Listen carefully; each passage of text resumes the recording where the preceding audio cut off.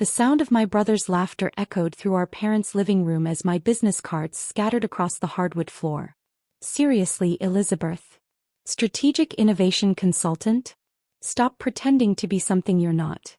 I watched James, my older brother by 2 years, grind his expensive leather shoe into one of my cards, smearing the embossed lettering I'd paid extra for. At 32, he was the epitome of what our family considered success. Newly hired executive at Meridian Technologies, one of the fastest-growing tech companies in Seattle. Those cards cost money, James, I said quietly, bending to pick up the scattered remains of my professional identity. Money you can't afford to waste, he smirked, adjusting his Rolex. A gift from our parents for landing his new job.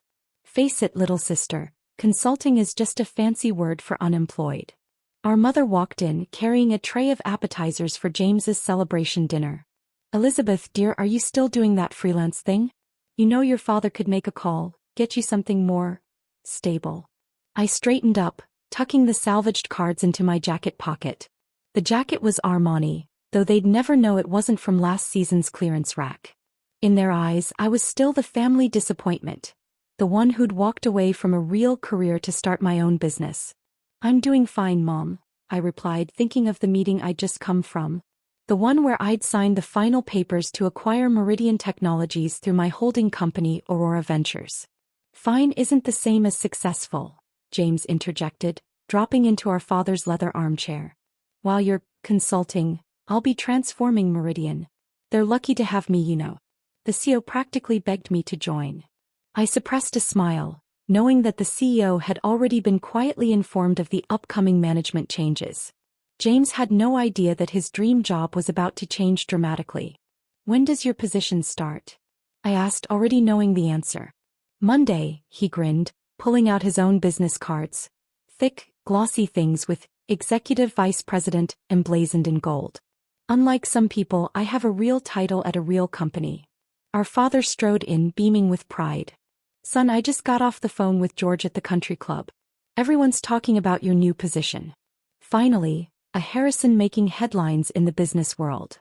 I thought about the headlines that would run next week when Aurora Ventures revealed its ownership of Meridian. The mysterious holding company had been the talk of Seattle's business community, known for aggressive acquisitions and innovative management strategies. No one knew that behind the corporate shield was the youngest Harrison, quietly building an empire while her family mocked her career choices. Elizabeth was just showing us her business cards, James said, making air quotes around the word business. Dad glanced at the crumpled card on the floor. Consulting? So, honey, it's been 3 years. Maybe it's time to admit this entrepreneurship phase isn't working out. 3 years. While they thought I was scraping by on freelance work, I'd turned my grandmother's inheritance, a modest $1 million they thought I'd waste, into a holding company worth over $300 million. Aurora Ventures now owns stakes in dozen companies across the tech sector, each acquisition made carefully and anonymously. Actually, I said, picking up my bag, I have some meetings tomorrow. Big changes coming up. Changes? Mom perked up. Are you finally considering real jobs? Something like that. I smiled, thinking of the email I'd received during dinner. The one confirming that Aurora Ventures now owns 67% of Meridian Technologies shares. Well, don't expect any introductions from me at Meridian, James called as I headed for the door. We have standards. I paused, turning back. Don't worry, James. I have a feeling we'll be seeing a lot of each other very soon. In my car, a deliberately modest Audi that wouldn't raise questions, I checked my messages. My assistant had confirmed everything was in place for Monday's announcement. The board would meet at 9 a.m. to formally approve the acquisition, followed by a company-wide meeting where Meridian's new owner would be introduced. The same meeting where James would discover that his little sister wasn't just successful, she was his boss. My phone buzzed with a text from Mom. Honey, James left some of his business contacts here. Should I save them for you? Might be helpful. I started my car thinking about the stack of NDAs sitting on my desk at Aurora Ventures. The ones that every Meridian executive, including their newest EVP, would need to sign on Monday. No thanks, Mom, I typed back. I have all the contacts I need. The weekend crawled by in a parade of family messages celebrating James's success. Mom sent hourly updates about his new office furniture.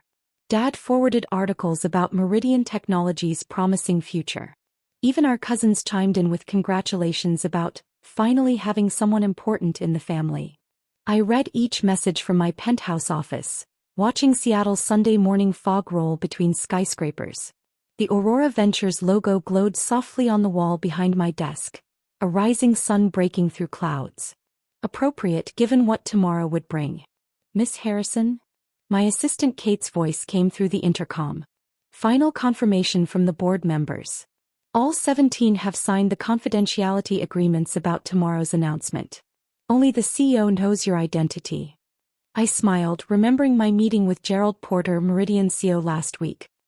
His shock at discovering that the mysterious head of Aurora Ventures was the sister of his newest executive hire had been priceless. And James's orientation schedule? Starts at 8 a.m. with HR paperwork. The company-wide meeting is set for 10 a.m. in the main auditorium. We've arranged for him to sit in the front row. Perfect. Let him have his moment of glory before everything changed. My phone buzzed, another family group text. This time from James. Last chance for career advice, sis. My business cards may be expensive, but at least they're not getting thrown away. Face with tears of joy. I was composing a reply when Kate rushed in, tablet in hand. Your brother just posted on LinkedIn about transforming Meridian's future. The comments. Well, you should see for yourself. The post was exactly what I expected. James in his best suit, standing in front of Meridian's logo, promising revolutionary changes under his leadership. Our father had already commented, "That's my boy. Show them how a Harrison does business." If only they knew. Kate, make sure the photographer is ready tomorrow. I want to capture the exact moment James realizes who owns Meridian. Already arranged. Though. She hesitated, your parents might also be there. James mentioned they want to see his new office. Even better. Let them all witness the moment their assumptions about success crumbled. I spent the rest of Sunday reviewing the changes I planned for Meridian. The company had potential, but it was stuck in outdated thinking. Exactly why I'd targeted it for acquisition. Under Aurora Ventures, we'd modernize their technology, streamline operations, and most importantly, eliminate the old boys club mentality that had stifled innovation. My phone kept buzzing. Mom, James's office has a view of the Space Needle. When will you get an office with a view? Dad, son's already scheduling meetings with major clients. That's real business. James, should I save you a janitor's closet at Meridian? Perfect for consulting, winking face. I left them all unread, focusing instead on tomorrow's presentation. The one where I'd outline my vision for Meridian's future. A future that wouldn't include an executive vice president position for my brother. At midnight, one final text came through. From our grandmother, the only family member who knew the truth. Give them hell tomorrow, sweetheart. Success is the best revenge, but making them watch is even better. I slept soundly that night, dreaming of boardrooms and shattered coffee mugs. Monday morning arrived clear and bright. I dressed carefully in a custom-made suit that cost more than James's monthly salary. The same suit I'd worn to sign the acquisition papers, though this time I added grandmother's diamond pendant. A reminder of where this all started. Miss Harrison? Kate called from my private elevator. Your brother just arrived at Meridian. He's already making changes. Oh. He's fired 2 senior managers and demanded his office be repainted. Says the current color scheme doesn't reflect his vision. I checked my watch. 8:15 a.m. How long until he finishes the HR paperwork? About an hour. Though he's insisting they expedite it so he can start making real changes immediately. Perfect timing. Let him dig the hole a little deeper. At 9:30 I stepped into my private car. Not the Audi I drove to family functions, but the Bentley I reserved for business matters. As we pulled up to Meridian's headquarters, I spotted my parents walking through the main entrance, dressed like they were attending a coronation. My phone buzzed one last time. James, corner office is looking great. Don't worry, I'll wave when I see you cleaning windows, face blowing. I typed back my first response of the day, looking forward to our meeting at 10. Don't be late. His reply came instantly. Sorry sis, executive meetings only. Maybe next time. I stepped out of the Bentley, straightening my jacket. The security guards snapped to attention. They'd been briefed about the real owner of their company. The receptionist jumped up. "Welcome, Ms. Harrison. The board is ready whenever you are. Time to show my family what real success looks like." At precisely 9:55 a.m. I stood backstage in Meridian's main auditorium, listening to the excited chatter of 500 employees. Through the curtain, I could see James in the front row, holding court with our parents, his new assistant already running back and forth with coffee and schedule updates. "Everyone's in position," Kate whispered, handing me the latest report. "The board members are seated, the press is ready, and..." She smiled. "Your brother just sent a company-wide email announcing his vision for transformative leadership." I glanced at my phone where James's email was displayed.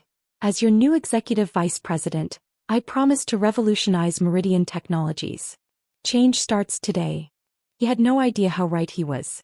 Gerald Porter, Meridian's CEO, approached with an apologetic look. "Ms. Harrison, your brother has already demanded the resignation of 3 more managers. He's threatening to restructure entire departments." "Don't worry, Gerald," I assured him. "The restructuring will happen, just not the way he imagines." At 10 a.m. sharp, Gerald took the stage. The auditorium fell silent except for James's loud whisper to our parents. "Watch this. Porter's probably going to announce my first major initiative." "Good morning, Meridian Technologies," Gerald began. "As you know, our company has undergone significant changes recently. Today, I'm honored to introduce someone who will lead us into the future, the owner of Aurora Ventures and our new majority shareholder." I watched James lean forward, probably expecting some wealthy businessman to appear. "Please welcome our new owner and CEO, Elizabeth Harrison." The silence as I walked on stage was absolute. In the front row, James's coffee mug slipped from his fingers, shattering on the floor. Our mother's hand flew to her throat. Dad's face went from red to white in seconds. "Thank you, Gerald." I took my place at the podium. "For those who don't know me, I'm the founder and CEO of Aurora Ventures. As of last week, we own 67% of Meridian Technologies." The audience erupted in whispers. Phones appeared everywhere, capturing the moment. In the front row, James seemed to have forgotten how to breathe. "Some of you may have received an email this morning about transformative leadership," I continued, enjoying the way James sank lower in his seat. "That transformation begins now, though perhaps not in the way some expected." I clicked to the first slide of my presentation, showing Aurora Ventures' portfolio of successful tech companies. Under our leadership, Meridian will modernize its infrastructure, expand its market presence, and most importantly, I paused, meeting James's shocked stare, eliminate outdated management structures that prioritize titles over talent. Our father stood up, his voice shaking. "Now see here." "Security," I said calmly, "please escort any non-employees from the auditorium. We're discussing confidential company matters." As security approached, James jumped up. "You can't do this. I'm executive vice president." Actually, I clicked to the next slide, displaying the organizational chart. "That position has been eliminated in our restructuring. Though I hear the IT department needs a junior analyst. You did take that coding course in college, right? But my office, my business cards." James stammered. "Will need to be cleared out by noon," I finished. "Company policy on terminated positions. Though unlike you, I won't throw the cards away. They might make an interesting historical exhibit someday." Our mother was crying now, mascara running. "Elizabeth, how could you do this to your brother?" "The same way you all did it to me," I replied, my voice carrying through the silent auditorium. "By assuming success only looks one way. By dismissing anyone who doesn't fit your narrow definition of achievement." The next hour was a blur of announcements, strategic plans, and corporate vision. I outlined Aurora Ventures' strategy for Meridian, introduced key initiatives, and answered questions from increasingly excited employees. All while my family sat frozen in the front row, watching their assumptions about success crumble in real time. After the presentation, I found them waiting outside my new office. The corner office James had been redecorating. "This is humiliating," James hissed. "I've already told people about my position." "Consider it a lesson in due diligence," I replied, admiring the view of Seattle. "Always know who owns the company before you start firing people." Our father stepped forward, switching to his negotiating voice. Princess, surely we can discuss this. Family should help family. Like you helped me? I turned to face them. By mocking my business? Throwing away my cards? Treating me like a failure because I chose a different path? We were trying to protect you, Mom pleaded. No, you were trying to control me. To force me into your version of success. I sat down behind my desk, my grandmother's pendant catching the morning light. But real success doesn't need anyone's permission. James made one last attempt. The country club. My reputation. You have to give me another chance. Actually, I don't. I opened my laptop. But since you're so interested in consulting now, here's my card. I slid one of my Aurora Ventures business cards across the desk. Though you might want to handle it carefully, they're quite expensive. Security arrived to escort them out. As they left, I heard James asking Dad if his old position at the family friends firm was still available. Over the next few weeks, Meridian transformed. Innovation flourished without the old hierarchy. Employee morale soared. The stock price jumped 30% on news of Aurora Ventures' leadership. My family's reactions varied. Mom sent daily emotional appeals about family loyalty. Dad alternated between threats and attempts at reconciliation. James posted vague LinkedIn updates about exploring new opportunities, while quietly interviewing for entry-level positions. 1 month after the announcement, I received an invitation to speak at my old business school's graduation ceremony. The topic? Redefining success, breaking away from traditional paradigms. I accepted, planning to use my family's crumpled business cards as visual aids. The morning of the speech, a final text arrived from my grandmother. Saw Meridian's latest stock price. Well done, sweetheart. Sometimes the best revenge isn't just proving them wrong. It's proving yourself right in ways they can't ignore. Looking out over Seattle from my office, the office James had so briefly claimed, I thought about success in its many definitions. About business cards thrown away and empires built in silence. About brothers who thought job titles meant power and sisters who knew true power comes from owning the company. On my desk, beside acquisition reports and strategic plans, sat a single framed photo.